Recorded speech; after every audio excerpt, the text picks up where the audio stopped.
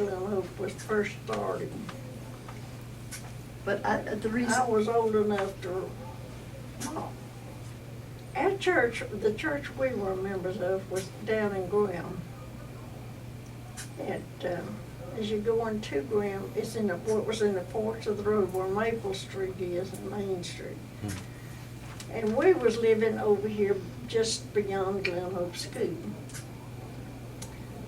And Mama let us, my brother and I begged Mama to let us start going to this church, cause it was so far to walk, and back then there wasn't no cars. We didn't have no you car. walked or you didn't go. And Or my ride the mother bus said, later on. I don't care what church you go to, but you're going to church. So we started going. That's what we started going when we were just kids. I don't remember just what year it was, how old it was, and I don't. My memory ain't that good to go back that far. I'm the oldest of the Swinney kids. Been around a long time. And I remember a lot of things that went on at Glen Hope. In fact, I would ride the bus from Greensboro with my dad and come across to the community and for the morning worship service and Sunday school. We met up on Beaumont Avenue in an old building. I believe it belonged to Dr. Spoon, who had an office and a home in our community. And everywhere we would go, we would outgrow the building, so they built the tabernacle on the corner of, I guess it's Graham and Hanover Road, but it isn't there any longer, but it seated something over 200 people. People would be outside the building, looking in the windows, trying to get in and see what was going on. People were being saved constantly. We moved in 1930. It was in the winter. I was in second grade, and I remember that we came down in a borrowed car. Daddy didn't have a car for a long time, and we didn't have a telephone in our home for a long time. If there was a funeral, the mortician would come out to the home and make the arrangements with Daddy for the funeral. Some of the things that I remember about Glen Hope Baptist Church in the earlier years were the dirt floors in the old building, where we had some Sunday school classes, and then we had the burlap cloths hanging up as curtains to divide the classes. And we had no air conditioning, and the windows were open, and if you were running a little bit late for service and you were walking up the street coming to the auditorium, it was always such a thrill to me to hear the music, and sometimes you could even hear the preacher. And the music was just beautiful. We had no restrooms or water fountains in the church. And so between Sunday school and preaching, people would go across the street to the parsonage to get a drink of water or to use the restroom. And Mother always had it, spick and span over there, and she didn't mind the people coming through and doing those things. Our offering plates were not passed in those days, and you carried your offering down to the front and put it in the plate on the communion table. When I was little, one of the girls was talking about carrying the offering down. I was small, so I was the one that had to carry my mother and Mrs. Edwards' offering down. And when we're talking about offering, we're not talking about bills. We were talking about loose change, because that's all the people had. But they gave what they had. And look what we have today.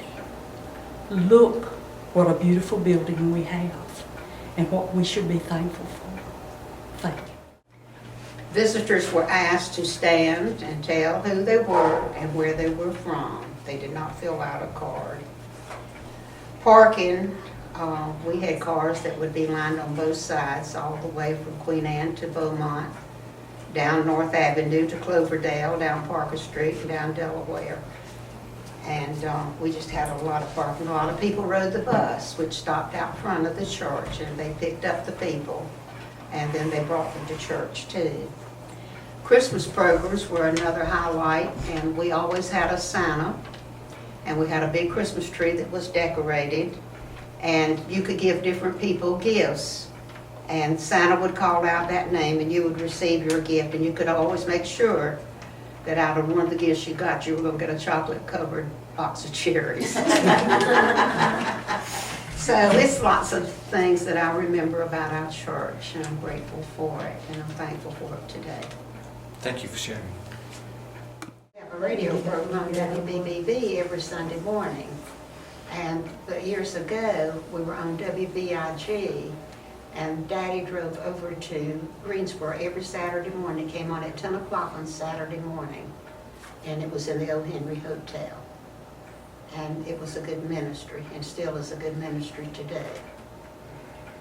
At one time, he had it on Sunday afternoon because Yvonne was born, on that Sunday. Yeah, I think they afternoon. changed that, And then he went to Saturday morning.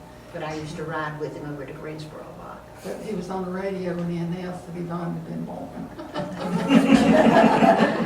She's 69, so that's a long time ago. And they also went to High Point for a radio program for a while too, but basically to Greensboro.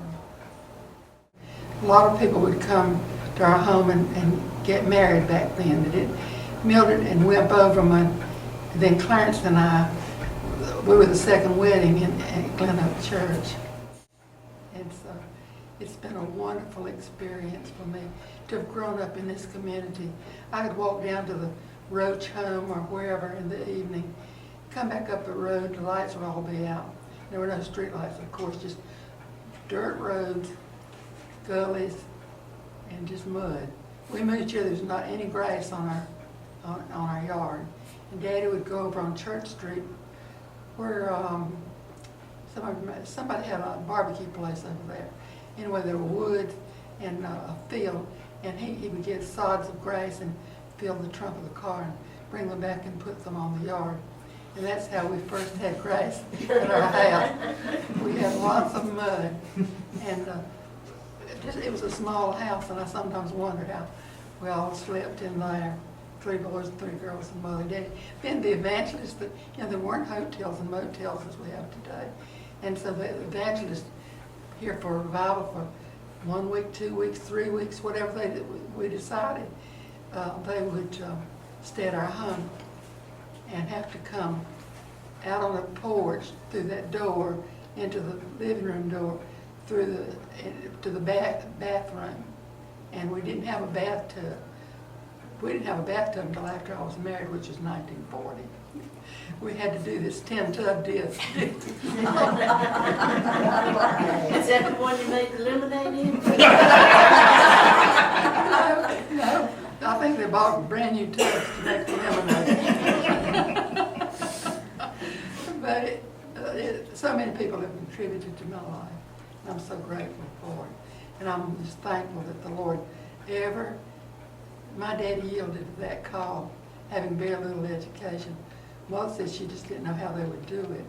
But the Lord has a way, and I remember many things, but I'll stop now, let somebody else stop.